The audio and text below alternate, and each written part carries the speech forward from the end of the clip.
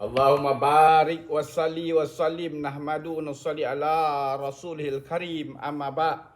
Hadrat Sa'id Musayyab rahmatullahi alaih meriwayatkan bahawa seorang sahabat Ansar radhiyallahu anhu berkata bahawa Nabi SAW bersabda, apabila seorang kamu mengambil wuduk dan dia memperelok wuduknya, kemudian dia keluar untuk bersolat, lalu dia mengangkat langkah kakinya yang kanan, maka Allah SWT mengurniakan kepadanya satu hasanah. Kemudian dia meletakkan kakinya yang kiri, lalu Allah SWT menggugurkannya daripada satu kejahatan.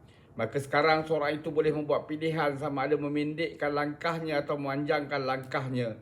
Sekiranya dia datang ke masjid dan bersolat bersama jemaah, maka akan diampunkan dosanya. Sekiranya dia datang ke masjid dan orang ramai telah menunaikan sebahagian solat dan masih tinggal sebahagian solat, yakni sebagai makmum yang masbuk, maka hendaklah dia mengerjakan bersama jemaah apa-apa yang dia dapat dan dia sempurnakan rakaat yang tertinggal.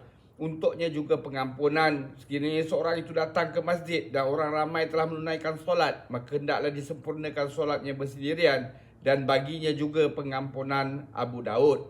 Hazrat Sa'id bin Musayyab radhiyallahu an meriwayatkan Hazrat Sa'id bin Musayyab rahmatullahi meriwayatkan bahawa seorang sahabat Ansar radhiyallahu an berkata bahawa Nabi SAW bersabda, apabila seorang kamu mengambil wuduk dan memperelok wuduknya, kemudian dia keluar untuk bersolat, lalu dia mengangkat langkah kakinya yang kanan, maka Allah SWT mengurniakan kepadanya satu hasanah.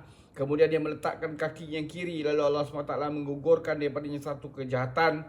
Maka sekarang seorang itu boleh membuat pilihan sama ada memendekkan langkahnya atau memanjangkan langkahnya. Sekiranya dia datang ke masjid dan bersolat bersama jemaah, maka akan diampunkan dosanya. Sekiranya dia datang ke masjid dan orang ramai telah menunaikan sebahagian solat dan masih tinggal sebahagian solat, yakni dia sebagai makmum yang masbuk, maka hendaklah dia mengerjakan beberapa bersama jemaah apa-apa yang dia dapat dan dia sempurnakan rakaat yang tertinggal. Untuknya juga pengampunan. Sekiranya seorang itu datang ke masjid dan orang ramai telah menunaikan solat, maka hendaklah disempurnakan solatnya bersendirian, dan baginya juga pengampunan. Abu Daud. Sayyidina Abu Hurairah radhiyallahu an meriwayatkan bahawa Nabi SAW bersabda, sesiapa yang mengambil wuduk dan memperelok wuduknya, kemudian dia keluar menuju ke masjid semata-mata untuk solat, maka sesungguhnya dia terus mendapat pahala solat selama dia berkekalan dalam tujuan yang sama. Dan juga dituliskan untuknya satu pahala dan satu langkahnya untuk satu langkahnya, dan dihapuskan satu kesalahan dengan langkahnya yang satu lagi. Apabila seorang kamu mendengar ikamah, maka janganlah dia berlari. Sesungguhnya orang yang paling banyak ganjarannya antara kamu ialah orang yang paling jauh rumahnya dari masjid.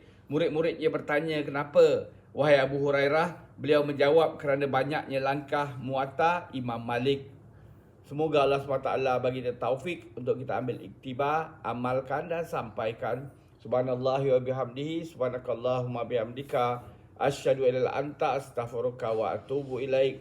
Subhana rabbika rabbil izzati amma yasifun wa salamun alal mursalin. Alhamdulillahi rabbil alamin. Taqabbalallah.